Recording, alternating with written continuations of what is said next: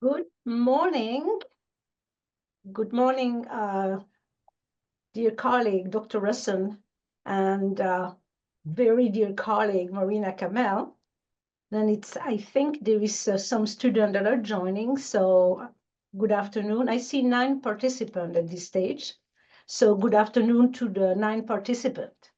I'm Dr. Francisca Baer, and I'm going to start by giving you a very, very short introduction about the Office of Academic Equity that organized those workshops.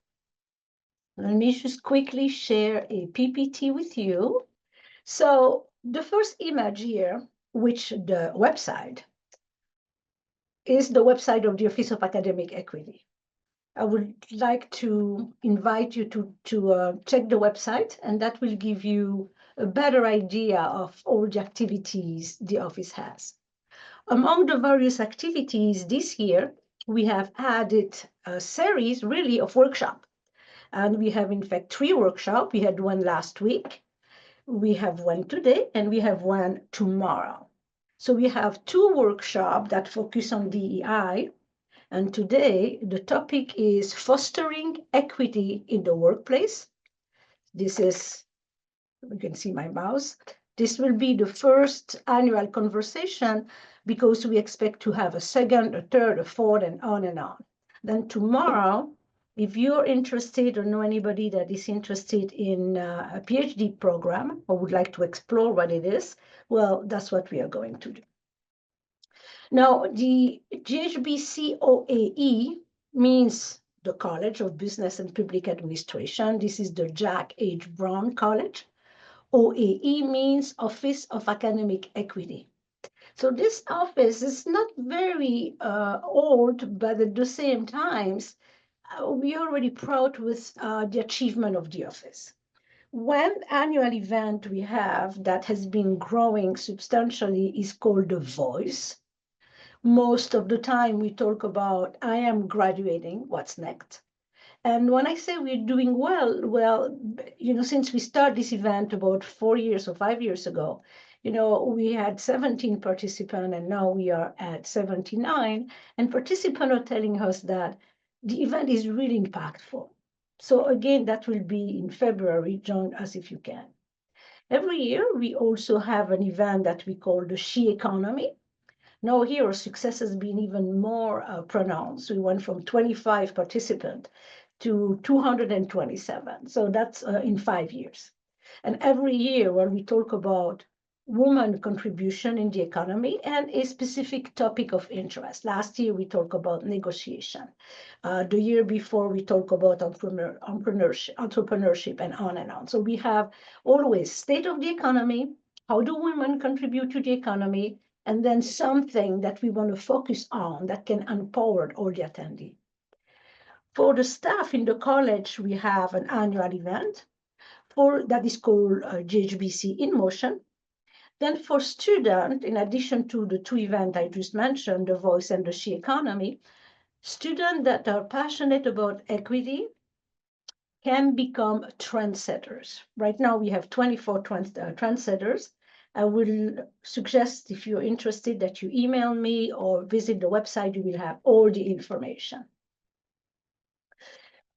At the end of each year, we have been able to raise some money. Then we can offer a student opportunity fund. So every year, and we will do it again this year during the spring semesters, we have a social justice award. So stay tuned and check the website. And finally, we also have an event for faculty. Remember, I just have an event for staff. We have an event for faculty, and we have something specific for students.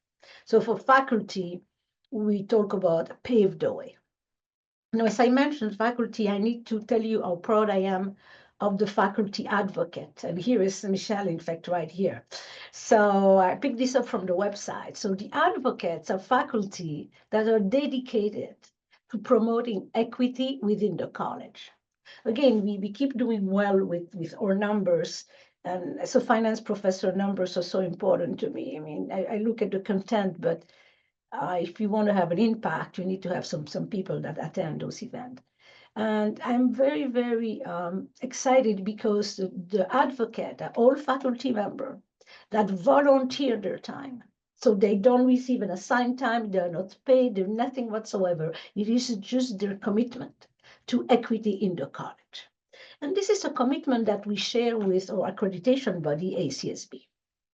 Now, every year, we also try to have a couple of publications because one of our goals is to be known and recognized as one of the office of academic equity that is the most impactful.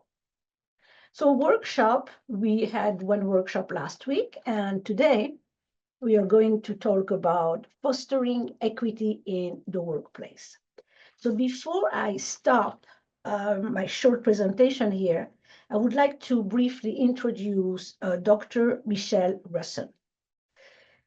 Dr. Russen brings 10 years of hospitality experience to the classroom, including restaurant management, event management, HR, and hospitality leadership consulting. She received her Doctor of Philosophy in Hospitality Administration from the University of Hudson and a Master's of Science in Hospitality Management from the University of South Florida. Prior to joining CSUSB, Dr. Russen was an assistant professor. She taught undergraduate courses at the University of Hudson Conrad Hilton College and the Art Institute of Hudson, including human resource management for hospitality, hospitality organizational behavior, food and beverage operations, and hospitality marketing. She hopes to continue building connections with the hospitality industry to improve the landscape for both business and employee through guiding future leaders toward success and researching pertinent topic. So, my dear colleague, thank you so very, very much for accepting to educate us literally about all the research you have been doing about how we can foster equity in the workplace. I just stop sharing, and I love to let you share your PowerPoint if you desire to do so. Yes, thank you so much for that wonderful introduction and for having me today. So with that, no further introductions are needed. Yes, my name is Dr. Michelle Russen, and I am thrilled to be here today to talk to you about my passion piece, which is diversity, equity, inclusion, and belonging in organizations. This is my primary research area, and it is what I have become an expert on, if you will, in my field. And we're talking about equity. That's the primary focus of today, but we can't talk about equity without also talking about diversity, inclusion, and belonging in organizations. So why do we need to talk about this? Well, what we really need to do is to ensure in our organization, everyone is able to contribute to the best of their abilities. What we really want to do is to make sure that everyone, no matter what position that they're in, no matter what title that they hold, that they are able to fully contribute, that they are able to bring their best to the organization. So I want all of my participants here to go ahead and grab a piece of paper and a pen, or open up a note-taking app, whatever you're most comfortable with, and just write down a few notes of what is diversity to you, what is equity to you, what is inclusion, what is belonging, and how are these things similar and different? Of course, these are four very different words, but we hear them together all the time. So just write down a couple of notes or maybe a quick definition that comes to mind for each of these concepts. It can just be your first instinct, because that's usually best. And then we're going to talk about these. Hold on to it, because we're going to have a little poll everywhere where you'll end up joining, and we'll stay in there for the remainder of this little workshop so that way you are able to also contribute. Okay, so if you would go ahead and join Poll Everywhere, you can either join with your phone by scanning the QR code that's in the upper right-hand corner, or you can just open up a new tab on your computer, laptop, tablet, whatever it is. And you can go to pollev.com/MichelleRuss767, and it'll allow you to join. You only have to join once, and you can either text in your answers or by messaging Michelle Ross 767 to 37607. So there's many ways that you can join. The easiest is, of course, going to be on the QR code. But once you join, then what I would like you to do is just in one word, and you can submit this multiple times, but only submit one word at a time. What is diversity? So again, go ahead, scan that QR code, join in, and then just go ahead and start, and this will start to show a word cloud. Great.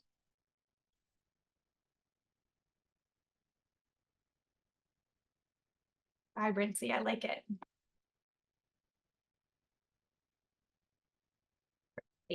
Right?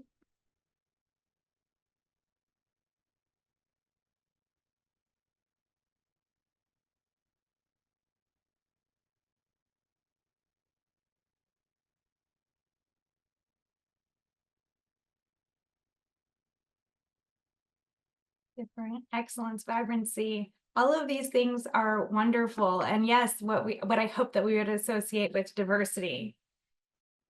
Embracing, excellent. Okay, so again, don't leave that. We'll come back to it in just a moment. It will just pause. So diversity, the actual definition, if we're going to put some words to it, is a variety of differences between individuals, which we saw on that last screen, which is amazing. So we're trying to incorporate multiple aspects of a person's life. So we can look at this in a couple of different ways, either the surface level or a deep level. So surface level is our observable characteristics. And then our deep level is going to be unobservable characteristics. So would anybody like to just put into the chat, I didn't check to see, I didn't check to see if we were going to be to use the chat for everyone. If one of the hosts wants to confirm if we can use the chat or not for the participants. Just to list a couple of observable and unobservable characteristics. Okay, great. Thank you very much. So if you all would like to just put into the chat a list, one observable and one unobservable characteristic that in terms of diversity for individuals. What we're thinking of when we're talking about diversity in an organization is all about being able to contribute to the community based on your individual differences. So it's understanding and respecting our unique perspectives and ideas, trying to make sure that everything comes together. Any other ideas on what observable or unobservable could be other than race or citizenship? Yeah, gender, socioeconomic status, absolutely. Those things are absolutely right as well.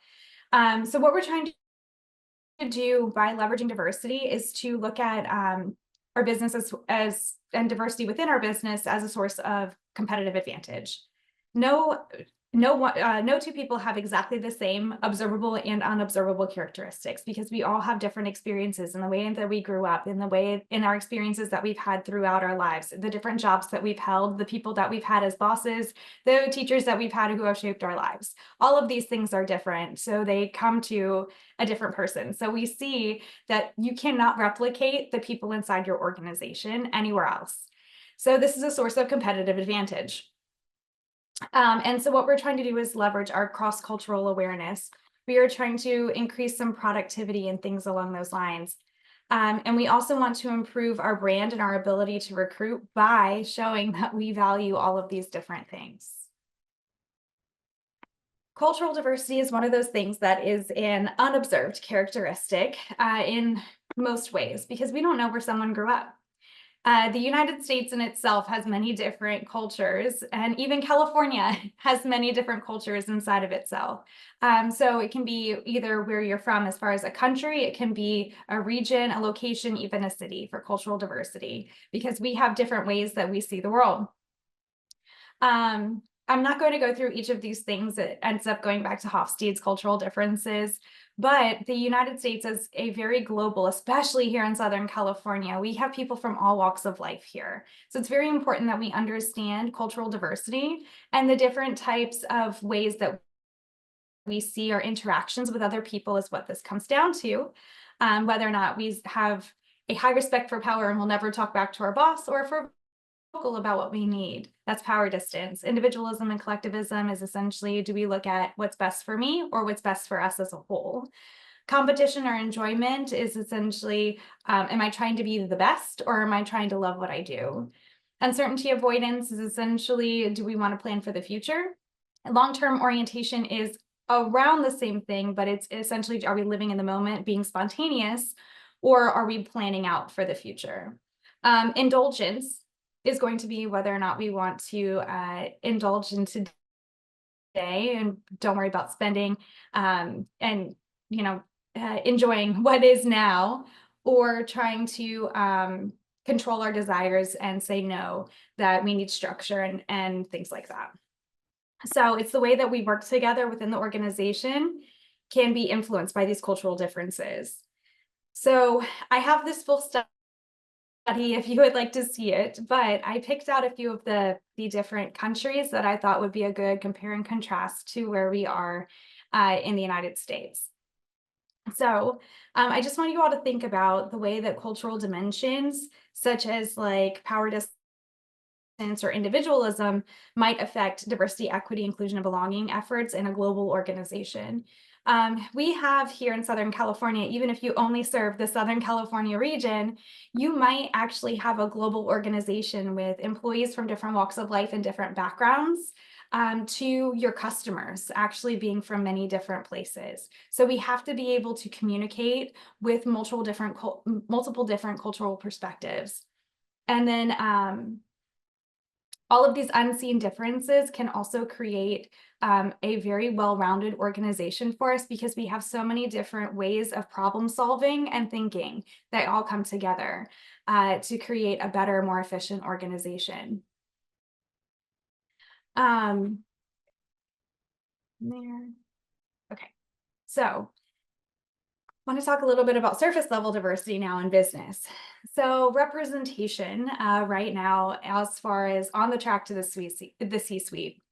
So for every 100 men promoted, 89 white women and 85 women of color are offered the same opportunity.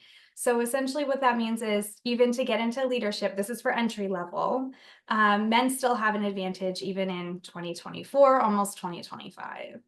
79% of the C-suite are men, and 70% are white. So people of color and women are disadvantaged, and that becomes intersectional when you're a woman of color. Women are also more likely to be dismissed from the C-suite because of this phenomenon called the glass cliff, where women are more likely to be appointed to a C-suite. When I say C-suite, I mean a chief level, so chief executive officer, chief operations officer, chief information officer, those types of positions. Women are more likely to be appointed when an organization is in crisis and they need to signal to their stakeholders that they are making a change. So they're more likely to be dismissed, because if they don't automatically turn the organization around in a year or two and they don't have that savior effect, then they're more likely to be dismissed. In contrast, women represent about 59.4% of frontline supervisors, but then it starts to, that's your very first entry-level supervisory role. Then the number drops to 46.6 in mid-level positions, and then reduces to 30% of senior management. So that's like at the vice president level. And then you can see it drops even lower than that as it continues to increase. The unfortunate thing is, at the same time, women are also leaving companies due to the lack of diversity, equity, inclusion, and belonging practices, any inflexibility, and microaggressions. And that's been since essentially the Great Resignation. I don't know if you all heard of that, but that was what happened just after COVID, was everybody was realizing, well, I'm getting laid off anyway, and might as well go find an organization I actually want to work for. So that's why it's extra important for us to understand diversity, equity, inclusion, and belonging in our organizations in order to attract and retain the best people. But also on the flip side, for those of you who are looking to get into an organization, to know what to look for, so that way you know that you're going to be happy and want to stay with an organization long term, one that's going to value you and your contributions. As of right now, only 3% of C-suite officers in the United States are women of color. So obviously there's still a lot of room to grow.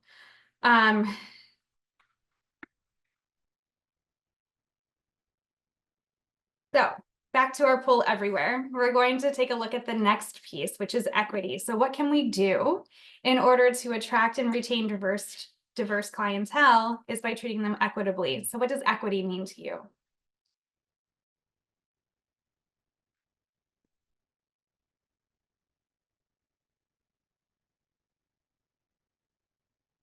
Okay, compensation. Fairness. Yeah, I like it. Quality. Growth, fairness, opportunities.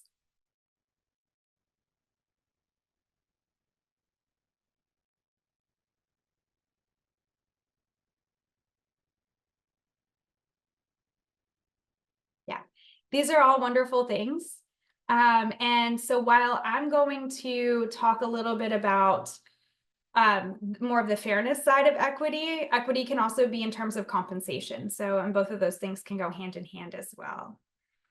So I might need a little help on this. If we can do breakout rooms for about 2 or 3 minutes.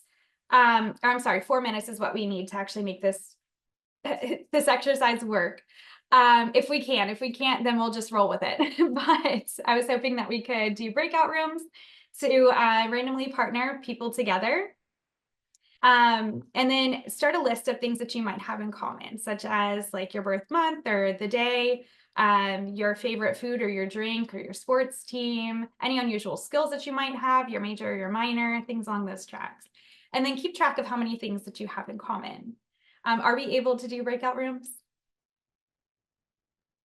I'm sorry, Michelle, Tim is on the line and he's the only one that will be able to help us with that. Tim, I don't know if you can hear me and if you can create a breakout room for Dr. Russen.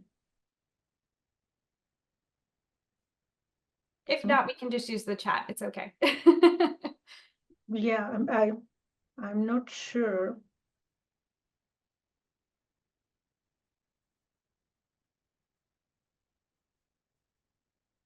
Okay, that's fine. We can just go with the chat. So what I would like for us to do is to just start thinking of things that you might have in common with someone else in this workshop. So for instance, I would say that one of my favorite beverages is coffee. So if anybody else says that they like coffee, we can put that in the chat. I would like us to see how many similarities we can get to in the next couple of minutes. Vintage music. I love vintage music too.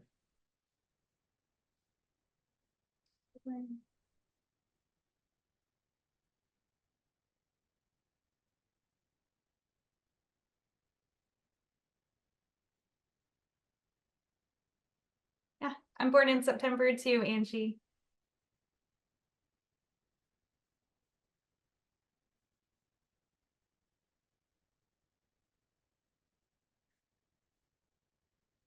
Asia, I also have a lab pit mix. He's great. Peach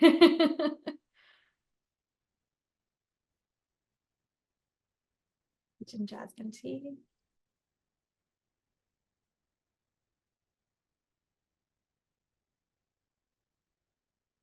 Oh, very cute, a pug. We're in the 70s. Love it. 60s.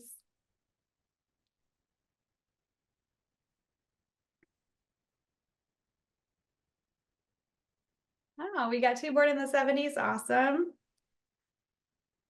80s.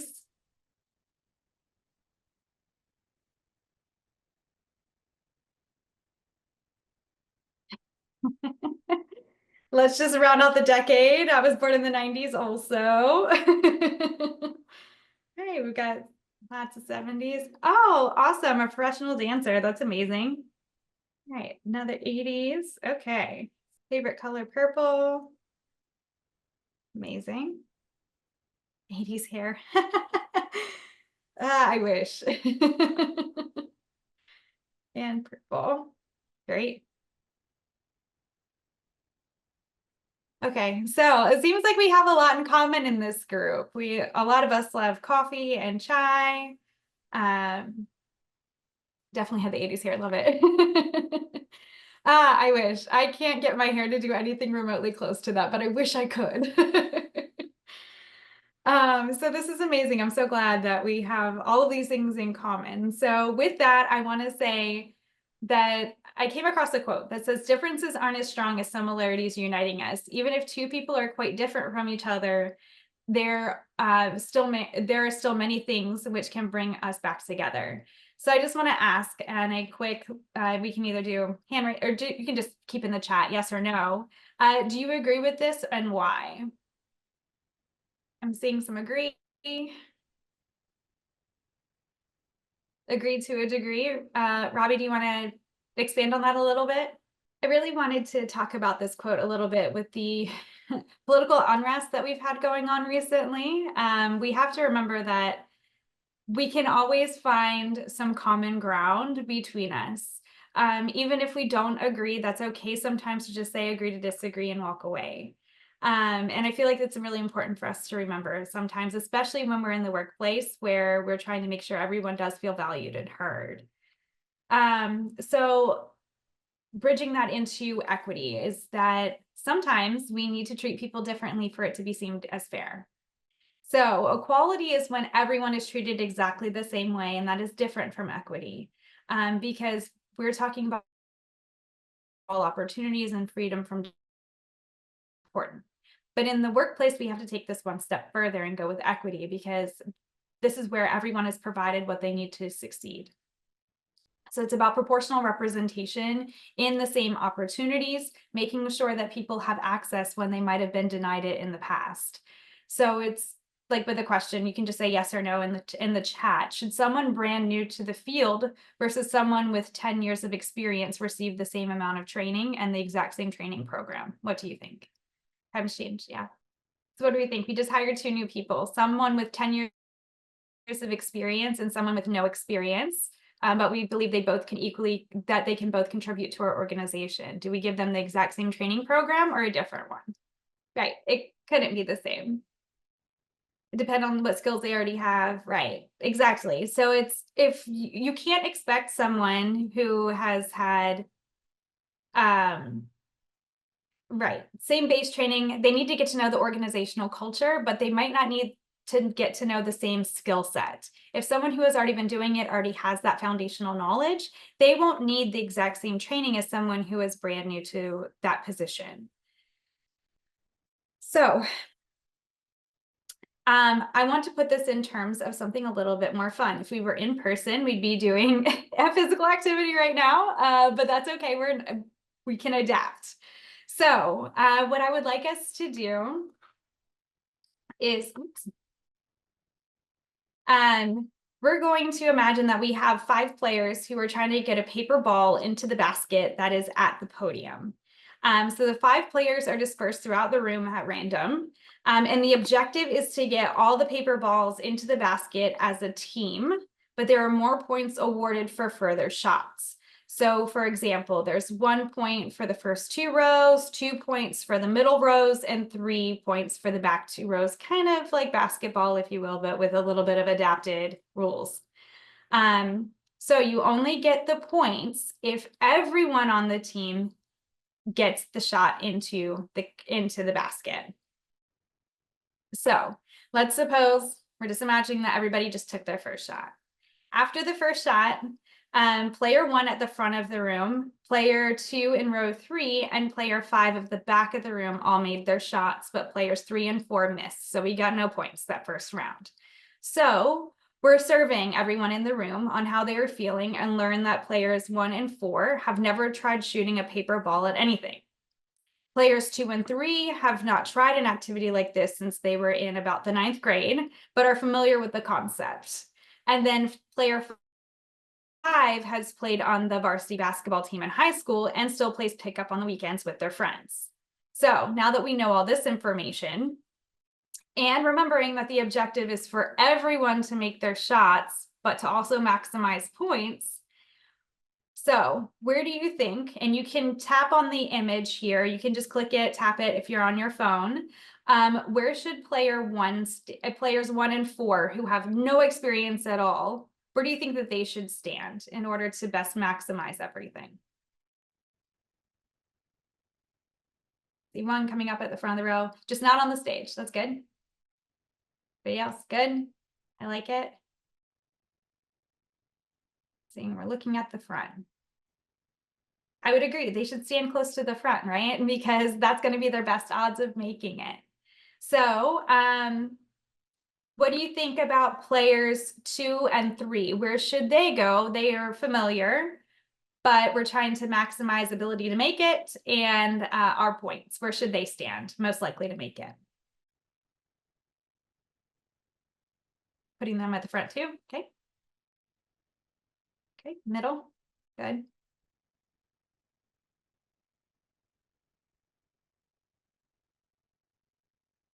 Other ideas? Okay, front, middle would be good. I would say the same. Where do you think player 5 should stand, knowing that they already made it from the back row?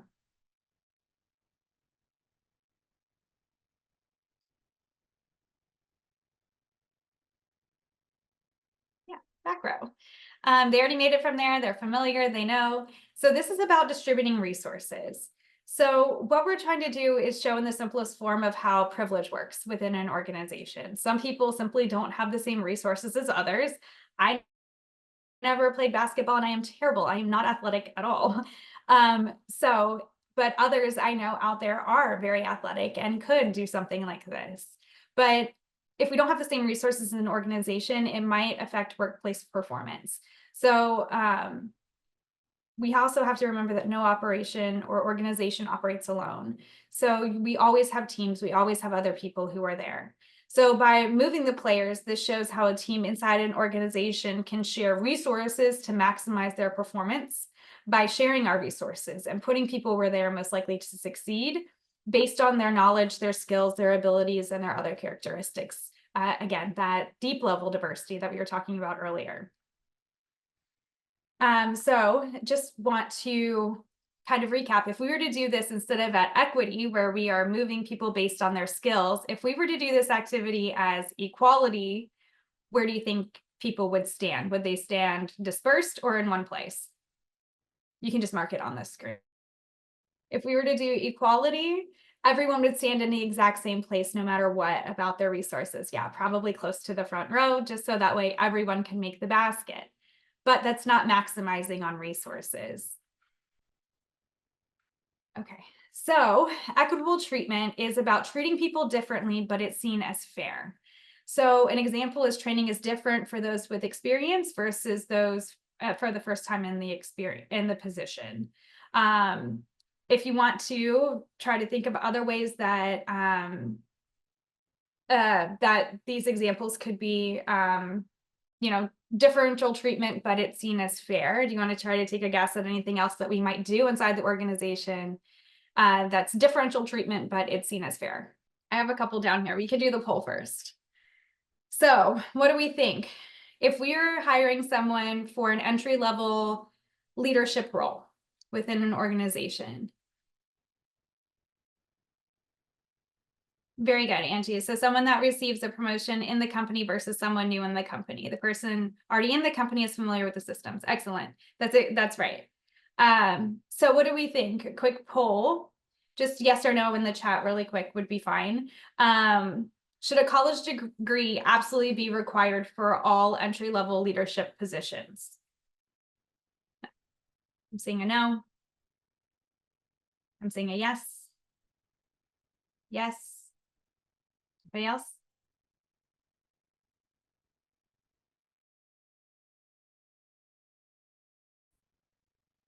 So the answer is it depends. It depends on what the right experience in the, exactly, Diana. So if we have the experience, then you might not need a college degree. But if you're just starting out, the college degree is going to help. So it depends.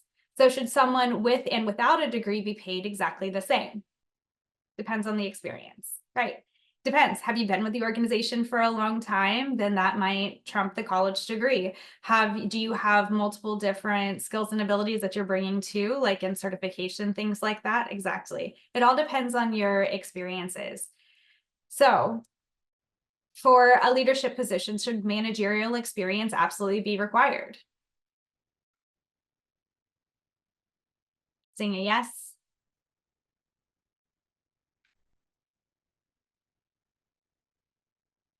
Saying a yes, yes.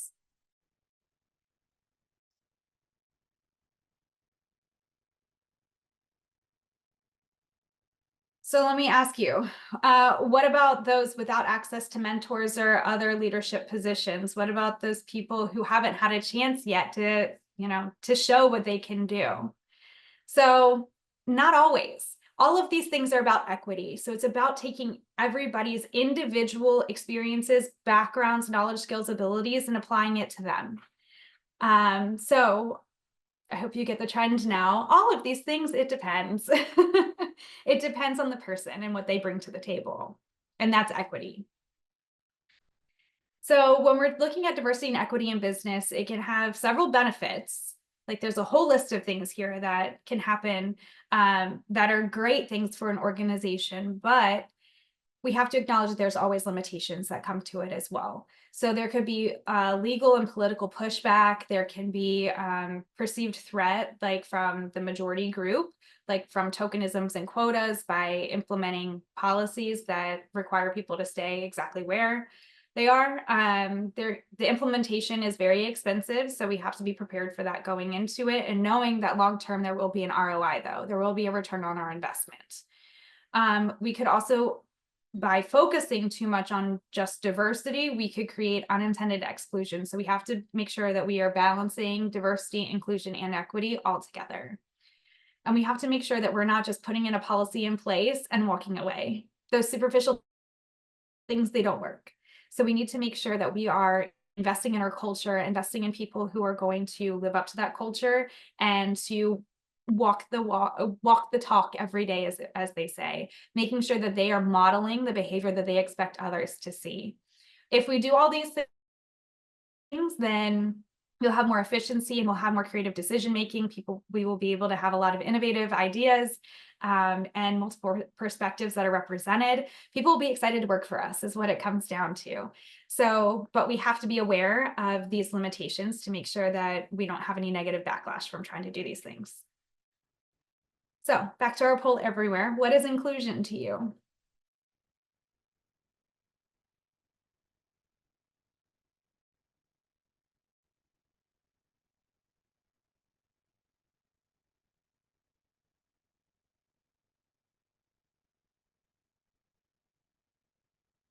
Involvement.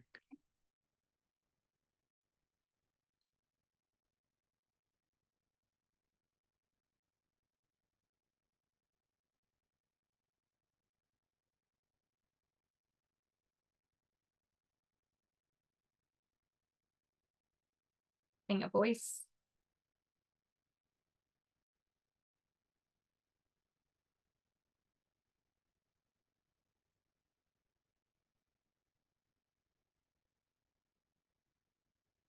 Being collective.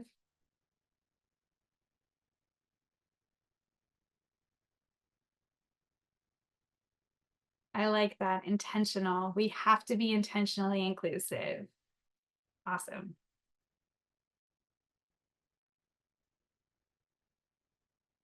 Okay. For the sake of time, I'm going to keep going. But inclusion, it's basically how well are we allowing every one of our members to have that voice and be heard, to be involved, to have that intentional, right, connection and engagement with all of our staff members, no matter who they are and what diverse characteristics they bring to the table. It's utilizing everybody across all of our different differences. As of this year, there's actually close to 2,500 signees on this petition now, which is excellent news. But it's the pledge, the CEO Action for Diversity and Inclusion. I was afraid with a lot of the walk back that's been happening recently and the political turmoil that's been surrounding DEI that this number was actually going to drop, but it continues to increase, which is amazing, which just shows how important this is in spite of everything else. It's essentially social progress for inclusion. More and more people are realizing that in order to attract and retain the best people, we have to act with inclusion. So employee feedback is the most useful data source for measuring inclusion, and this changes all the time. It's very hard to keep track of because they might feel included with even one specific manager or during one shift and not the next, or with a different manager or with a different person. So it's really important to keep an eye on all of these things, especially as you reach upper levels of leadership. But it's essentially making sure that all of your employees feel valued and heard. So there's different ways to look at inclusion, which this is the inclusion-exclusion spectrum. So exclusion is where people who are different from the majority group are kept outside. They're not able to contribute. That's the most extreme version. Then there's assimilation or integration, which a lot of times is masked as inclusion, but it's essentially saying, oh, look, you are different from us, but come and do everything exactly the way that we do it. That's not inclusion. That's called assimilation, expecting other people to change to what you already do. Segregation is keeping people separate. And then inclusion is actually welcoming everybody in, saying, be you, and I want to hear you. I want to hear your perspective. So that's where the difference is here. So Sid Marshall is the CEO of the Dallas Mavericks, and she put it best, in my opinion. Diversity is being invited to the party, but inclusion is being asked to dance. So it's essentially saying just because you get the invitation doesn't mean that people actually want to hear your opinions, but inclusion makes sure that you do.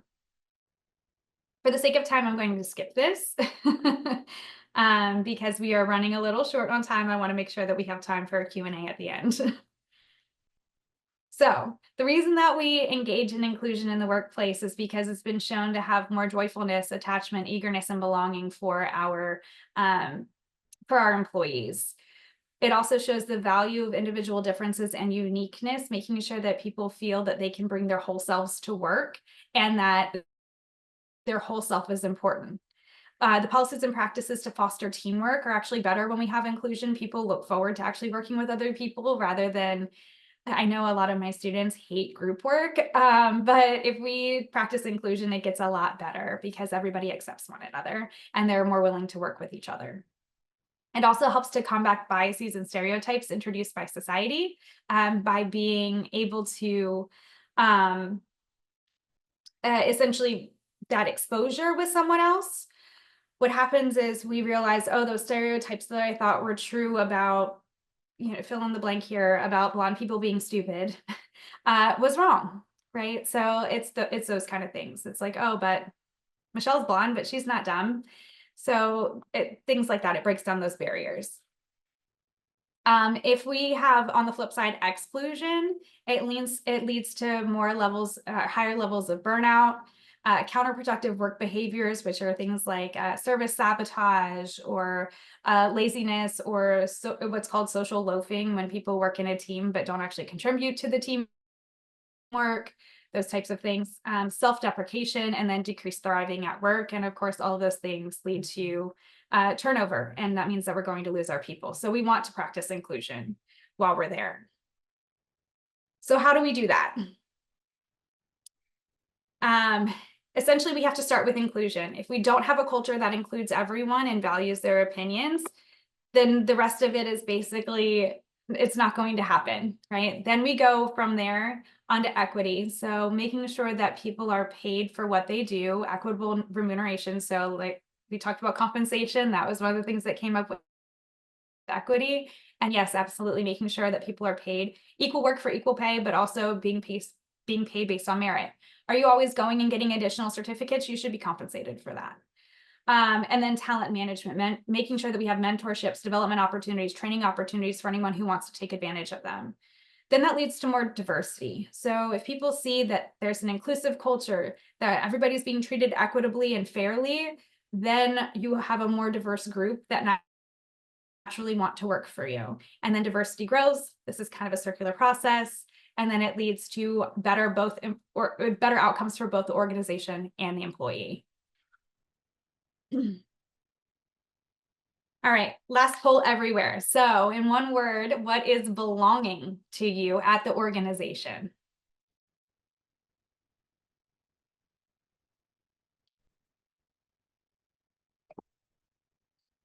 feeling a part of the team. I love that.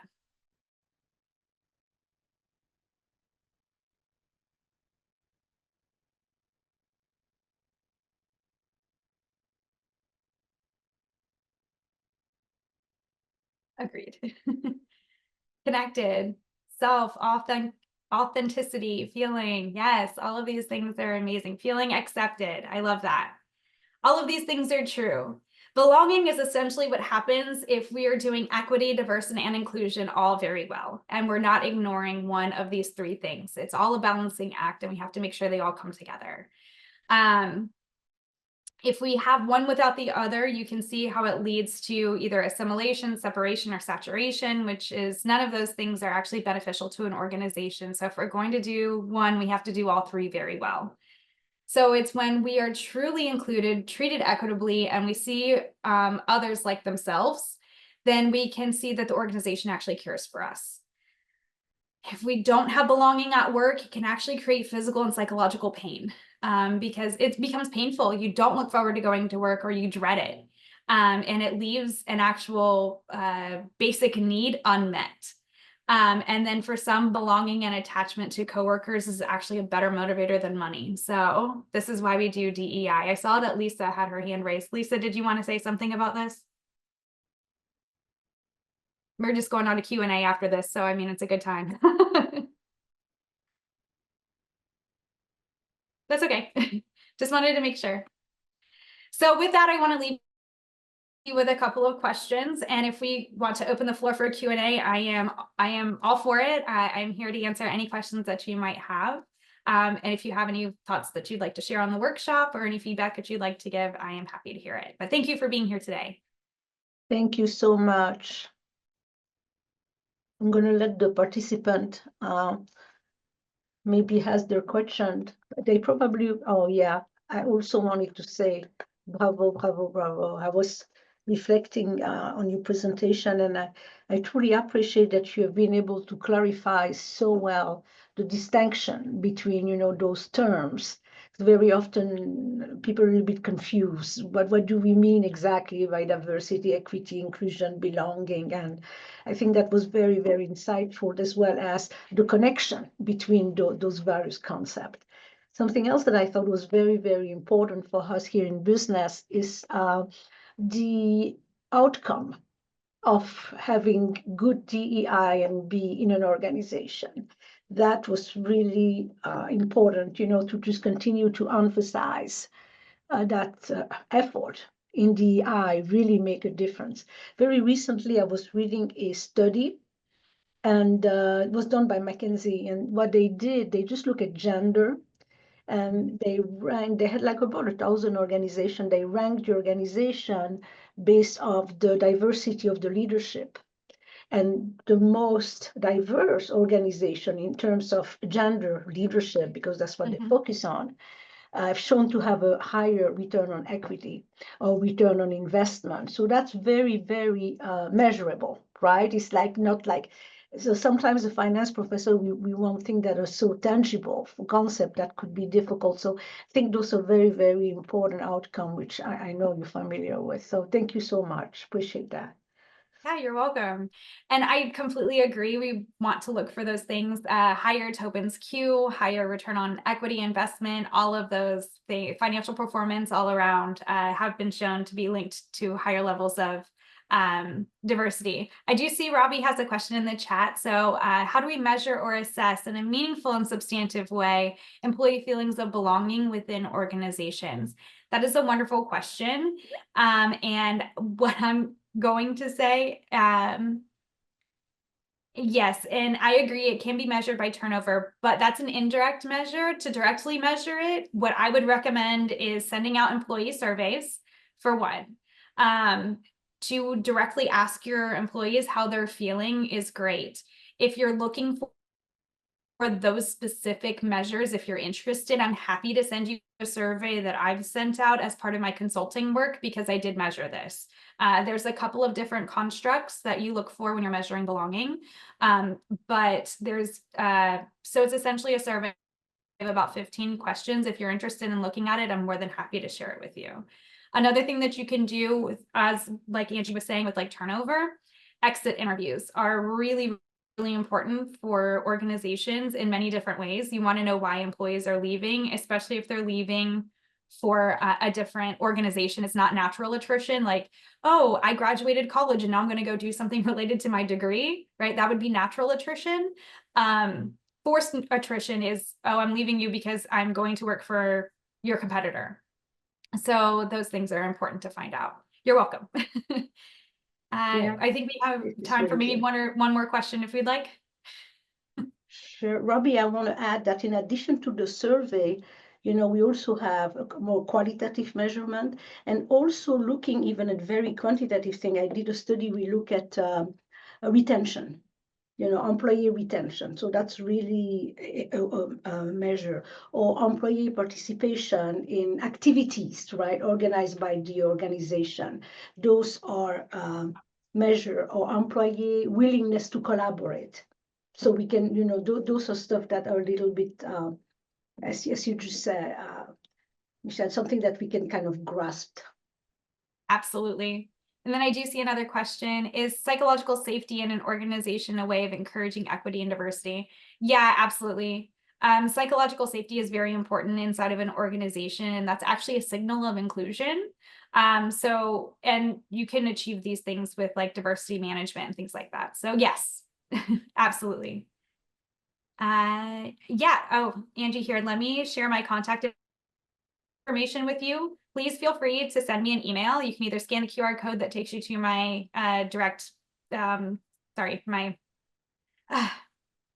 basically my business card, but digital version. Or you can just send an email to michelle.russen@csusb.edu, and I'm happy to share the survey with you. And please feel free to connect with me on LinkedIn too, if you'd like to continue the conversation. Any other questions? We only have a couple of minutes left. Great. I hate to interrupt, but I had promised to take only 1 hour of your time, and we Yes. only have like one more minute. 1 minute left. Yeah, no, this is perfect. Is it okay? Okay. Well, Yeah, this is great. Thank you all so much for being here. I appreciate your time, and take care. It was lovely chatting with all of you. Thank you very much. Thank you very, very much. So this is the end of our first annual conversation.